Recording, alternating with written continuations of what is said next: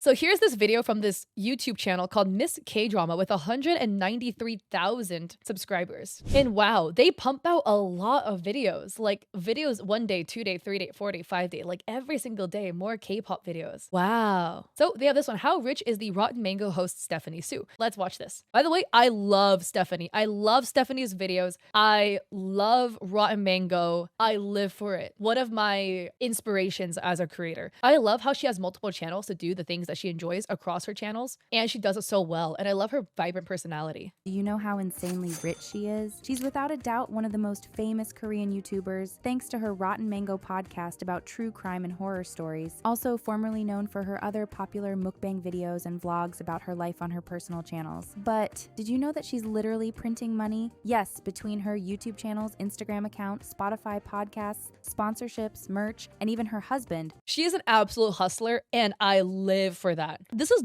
like only touching the tip of the iceberg. Y'all forgetting merch, y'all forgetting brand deals, all of this. Like, she is rich, and you know what? Freaking love that for her. Have any of you guys heard Stephanie's wedding vows with her husband? I freaking sobbed. She's basically printing huge amounts of money, and we'll break down exactly how much money she makes from YouTube alone. Born in South Korea in 1995, Stephanie moved to Atlanta in the United States with her family when she was just 2 years old. She grew up in Atlanta and had a pretty complicated childhood and school years, but everything changed for her in 2017 when she launched her first YouTube channel posting mukbang videos. She slowly started to become more and more popular thanks to her unique style, and her channel reached 1 million subscribers in 2019. She only kept growing more popular afterwards, and her main channel now has gained over 4 million subscribers. But that's not all. Stephanie has 3 channels that are doing really well. We will break down her earnings for those 3 channels separately and summarize how much she makes a year. She has a second YouTube channel called Miss Mango Butt, which was also opened in 2017 and now has 1.78 million subscribers. More recently, Stephanie also had a lot of success thanks to another new channel called Rotten Mango. I love the Rotten Mango channel. I love it. I've listened to every single one. I'm not even joking. Every time Rotten Mango recommendations come up, I click. I don't make the rules. It just automatically opens on my other monitor and starts playing. I don't know how it happens. Which was launched in 2023 and grew extremely quickly, reaching almost 3 million subscribers. On her first channel, Stephanie has amassed over 520 million views among all of her videos, with tens of videos that have been watched over 1 million times. This already huge number doesn't even take into account a ton of other old videos that she has deleted, which had a total of more than 500 million views. With the amount of monthly views she's currently getting can change widely, but in the past year she has hovered around 20 million views per month. On some occasions, she has even gained more than 40 million views in a single month, and just this past June, she reached over 36 million views. On a completely side note, I'm very intrigued by this account, Miss K-Drama, because the level of editing in this video is very high, and there's all this research that goes in. This channel has to be owned by like multiple people. There's like multiple people work on this channel. They need like an editing team plus a scripter, and then like I guess AI to read the script, right? This just intrigues me. And they do daily posts. This goes along with a huge increase in subscribers too, as she has gained between 50,000 and 120,000 new subscribers each month since the start of 2023.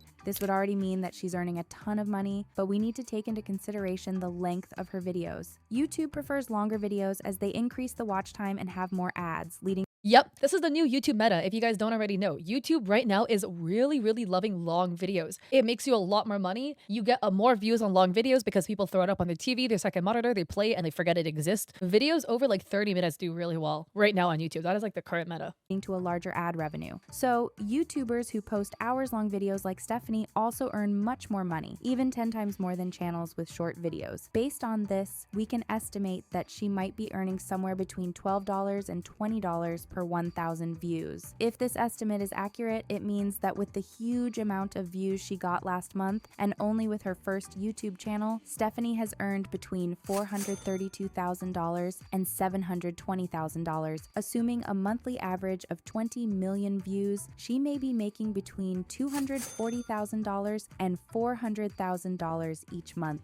This means that she's earning something like $3 million, $4 million, or even $5 million per year just with her main channel. But One as we know, channel. this isn't her only YouTube channel. Let's look at the Miss Mango Butt channel next. She started this channel posting more personal videos, which were very different from the typical mukbang content of the first channel. She has posted frequently here, and the channel grew over time along with the main one, gathering a huge following. Now, Stephanie's videos on the Miss Mango Butt channel have been watched over 410. Do you think that the number, the dollar signs to views estimate is a ballpark? Yeah, it's definitely an estimate, right? Because the thing is, you don't know unless you know her RPM. If you know her RPM, then you can much more accurately hone in on how much she could be making. But if you think about it, you can add mid-roll ads if your video is over 8 minutes long. Almost all her videos are like an hour minimum. I have YouTube Premium, so I don't get hit with any ads. A standard YouTube RPM is around $7. That's like where you can estimate, right? Like finance creators can go higher into like double digits, right? Because finance content just makes a lot more money. The amount of your RPM is based on the type of ads that you get. And the type of ads you get is based on what niche you're in as a creator. Finance creators get a lot of finance ads, and those companies pay a lot more because they make more money, right? Like they get one person to sign up for their bank and they're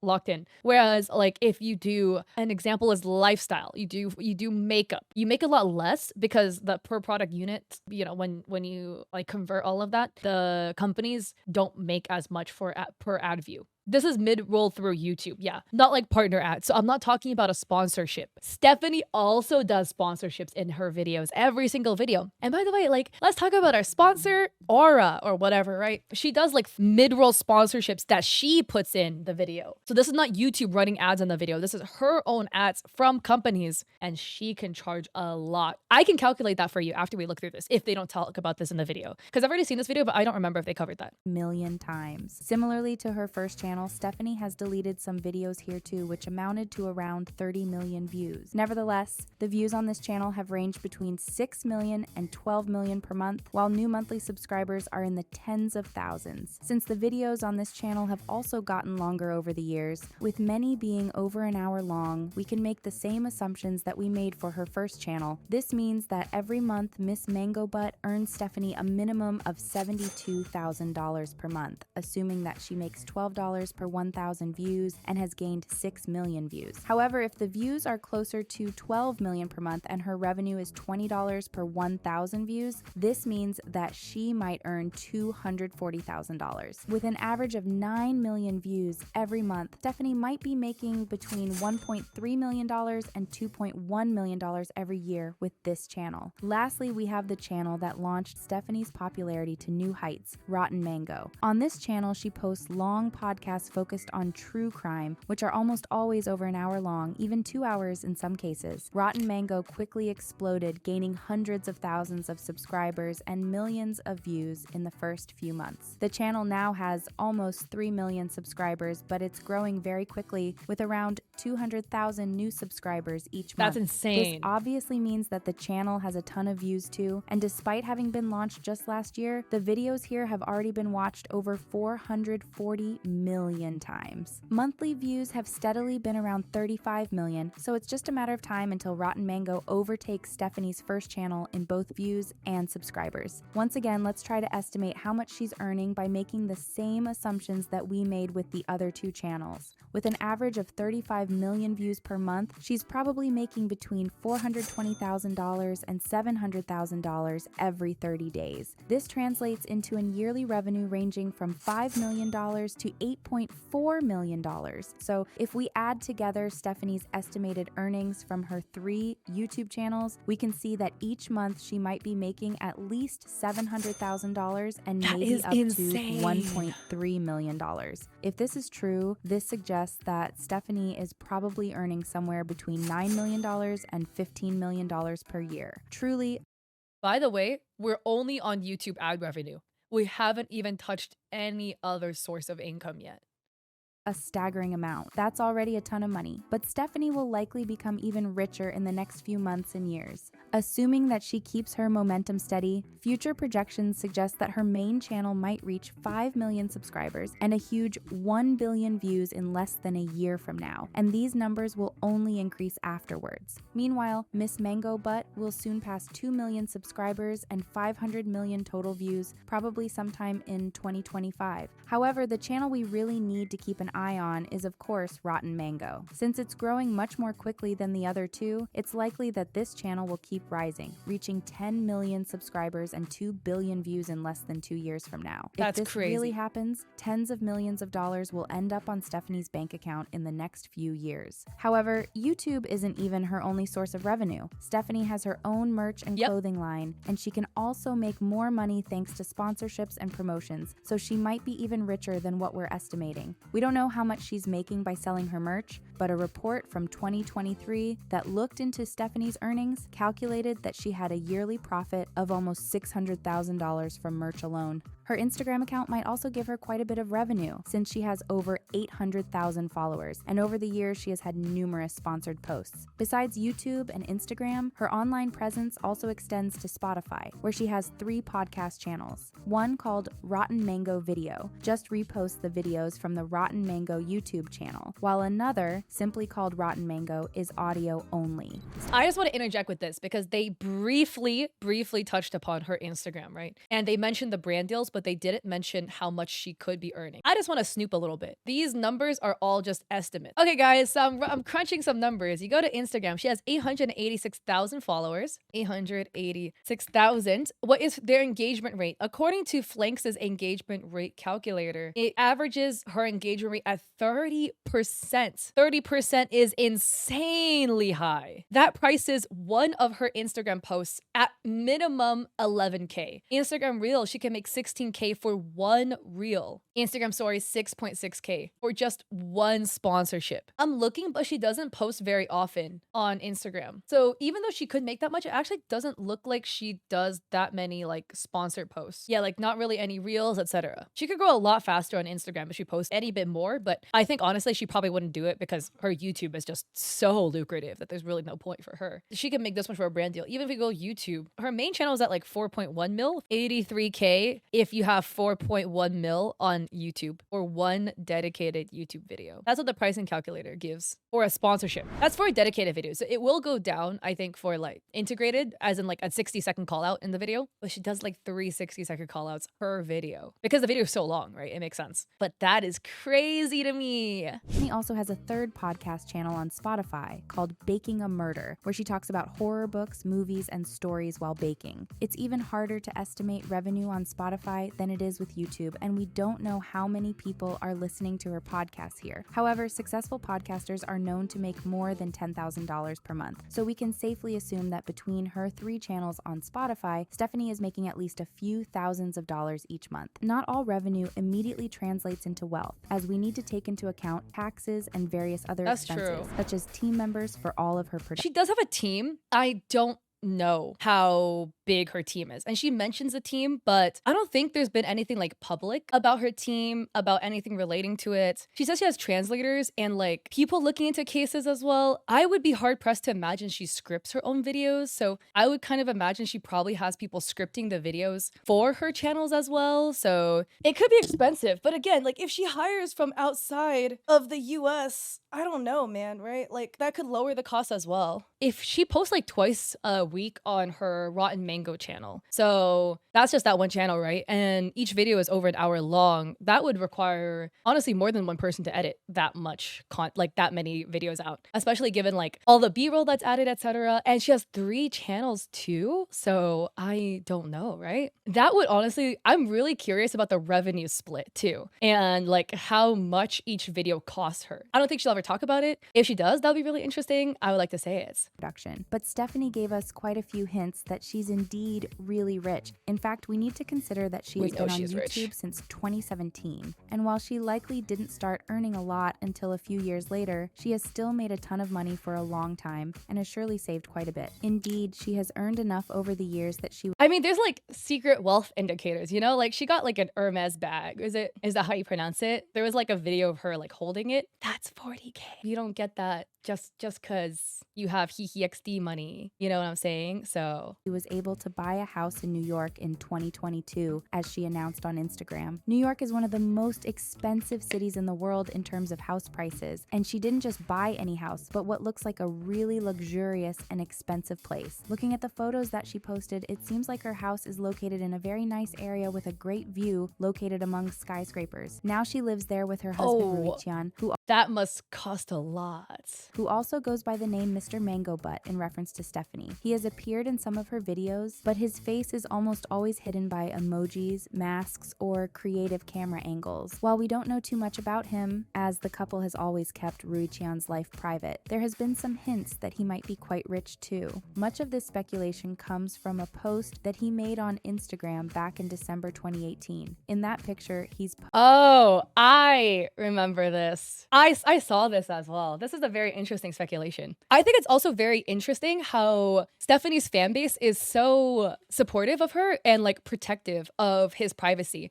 What I think is interesting is like his identity has been leaked, right? But everybody who has met them in person, like nobody has leaked anything. Like nobody has leaked anything. I think that is so interesting because in almost any other case where the creator is faceless or somebody involved is faceless, etc., people have leaked way earlier. They've been together for so long and she's been doing YouTube for so long and her audience has been so respectful of keeping his identity private. I feel like this type of reverence for a creator is almost unheard of. Even if you were to look through something like K-pop, etc., right, where there is a really well-known creator, artist, whatever, and they have a partner, stans are crazy. They leak that shit like so fast. It's insane. I can't think of another creator of this size that has a respect in their fan base like Stephanie does. With his face hidden alongside Jeff Bezos, and the caption reads, "Between the two people in this picture, there's over $126 billion." Are people like in looking wealth. into this Comments because Jeff went Bezos is crazy worth trying like to estimate Rui maybe like Qian's a billion wealth from the less statement, with than some saying that number? that he might have billions of dollars to his name. Indeed, Bezos' wealth at the end of 2018 was estimated to be around $123 billion, which would mean that Rui Qian was a billionaire himself with a net worth of $3 billion. Literally, this could be possible. This is kind of like, I feel like really internet tinfoil hat speculation. You know what I'm saying? Like, I think bro went to like one source. It said Jeff Bezos makes 126 billion and then put it as a caption for his post. And then another source maybe said 123 billion. This might be like an internet tinfoil hat speculation. But who knows, right? Maybe bro is worth 3 billion. But I don't know, right? I feel like typically in cases like this where somebody is worth X amount of money, like billions, identity is known. I don't know, right? I am nowhere near touching any amount of wealth to remotely be near that number, but can you scroll away 3 billion unheard, unseen, etc.? Rui Qian was a billionaire himself with a net worth of $3 billion. However, there's also a good chance that this was just a joke, as the estimates of the true wealth of Bezos vary, and the $126 billion he was talking about might be just the net worth of what was back then the richest person in the world. In fact, Stephanie's husband is very likely not a billionaire. In December 2017, he posted a picture. No way, they're like, maybe he's with a billion, but JK, he's broke. Sorry. The scripting is just really funny to me. In December 2017, he posted a picture showing the couple on a boat with the caption reading, "When we buy a boat, Miss Mango Butt would like to name it Honey's Money." This suggests that they didn't have a boat and probably weren't even wealthy enough to afford one anytime soon. That's too funny, bro. Jeff Bezos scares me. Anybody with that amount of money scares me. Like, I'm gonna be real. You don't acquire billions of dollars ethically. Though there's a whole debate of an ethical billionaire, right? Is it possible? I genuinely do not think you can acquire $1 billion in one lifetime and not exploit people in the process. That's at least my belief, right? In July 2018, he also posted a picture with Stephanie inside a Lamborghini and the caption, "Not our car, but flexing on them haters anyways." So they didn't have a Lamborghini, and it seems like affording a luxurious car like that one was way beyond their means at that time. Similarly, Stephanie posted a picture in June 2018 sitting near a Shelby Cobra worth hundreds of thousands of dollars with the caption saying, "I do not own this beauty, which is why I sat awkwardly far so the owner wouldn't come out screaming." We can then assume that the couple wasn't extremely wealthy back when Stephanie was just launching her YouTube career, and her boyfriend surely wasn't a billionaire. In fact, some reports claim that Rui Qian has been working since 2015 as a sales executive and watch expert at Harry Winston, one of the most prestigious jewelry manufacturers in the world. That's probably the reason why he was able to meet Jeff Bezos, who might have been just his customer. While he's not too rich, having a job like this at a prestigious and luxurious jewelry company still means that he's making some good money. The timing of the Instagram posts might also give us a clue on when Stephanie started to earn a lot of money with you. Back in 2017 and 2018, the couple couldn't afford too much luxury and only joked about being rich. During those years, Stephanie posted various pictures of her travels, Aw. but nothing that seemed to be too out of the ordinary. She even joked that she was broke after buying a new car in a post from October 2018, while a few weeks later she claimed that her boyfriend almost broke his bank to buy a Tesla that was apparently worth $100,000. Damn, the butterfly doors, Tesla. They got the butterfly doors. I have the regular doors. Oh, yeah. They purposely censor his face. Like, his identity is, like, wiped off the internet. I've talked about this in threads and stuff. The more money you have, the more money you can make. Point blank simple. That's just life, and it sucks that way, right? But if you think about it, it works for a lot of things in life, right? Even in the scenario of, like, a YouTube channel, right? Like, let's say building up a YouTube channel, because this is probably the most relevant one for Stephanie, the creator that we're watching, right? She had her first YouTube channel. And let's say she started out broke. I don't know, right? I don't know how her finances were when she started the YouTube channel. Let's say when she started the channel out, she had, right, like minimum wage. Now that she makes money off her YouTube channel, she can go and hire an editor so that she can continue producing videos on her main channel. Her main channel is kind of self-sufficient. She just needs to film the video, give it to the editor can edit the video. She has more money coming in because the editing quality is better. So people like to watch the videos because the edits look better. She has enough money to start a second YouTube channel, and she starts a second YouTube channel. And then now she has enough money to pay for an editor for the second channel out the gate and maybe buy some props for the background. The videos look better, the background looks better, and she can afford to buy like a better camera. So instead of using your phone, you can actually have a camera now. The equipment quality upgrade will translate into more views as well for her, and her second channel will then start generating her income. And then now she has 2 channels. And then what can she do when she has 2 channels generating her money? Start a third channel. Rinse and repeat. The more money you have, the more money you can make. And it works in content creation, it works in live streaming, it works in life. Let's say you have a family, you have 2 young kids. Well, if you have money, you can hire a babysitter, and then you can go out and get a job, and then you can make money too. And then you make a little bit more money. And then with your little bit more money, maybe you buy an investment property on the side that you sell. Now you make even more money because you flip that property. And now you have all this money. And then you put some of your money into investments like index funds, whatever, stocks. You turn around and you use that money to make even more money. Is it fair? Not necessarily, right? The more money you have, the more money you can make. I think that's like a case that we're seeing here with Stephanie as well.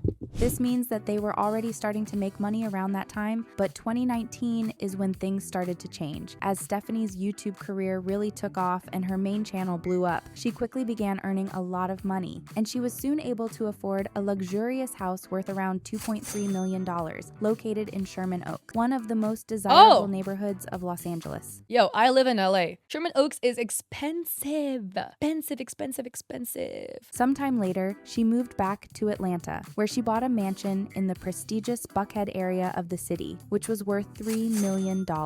As she gained more and more money over the years, she was able to afford even more luxury, which led to the couple moving to their current glamorous place in New York. Thanks to their ever-increasing wealth, Stephanie and Rui Qian were also able to finally marry last year, and they could afford a stylish and unique wedding as they held the ceremony in a small chapel among the mountains of Switzerland. Once again, they chose one of the most expensive places in the world, but it seems like it's not a problem for them now, and they can surely afford all this luxury. With all this said, how much is Stephanie's net worth? It's really hard to estimate it, and reports over the years have ranged mostly around $1 million. 1 million? She makes way more than 1 million. No, she is worth way more than 1 million. Where did you get 1 million from? Be $1.5 million, but this now seems to be outdated and an underestimation of her actual wealth, since not everything is taken into account. A report from 2023 that analyzed Stephanie's earnings across various platforms estimated that her net worth was around $9.8 million.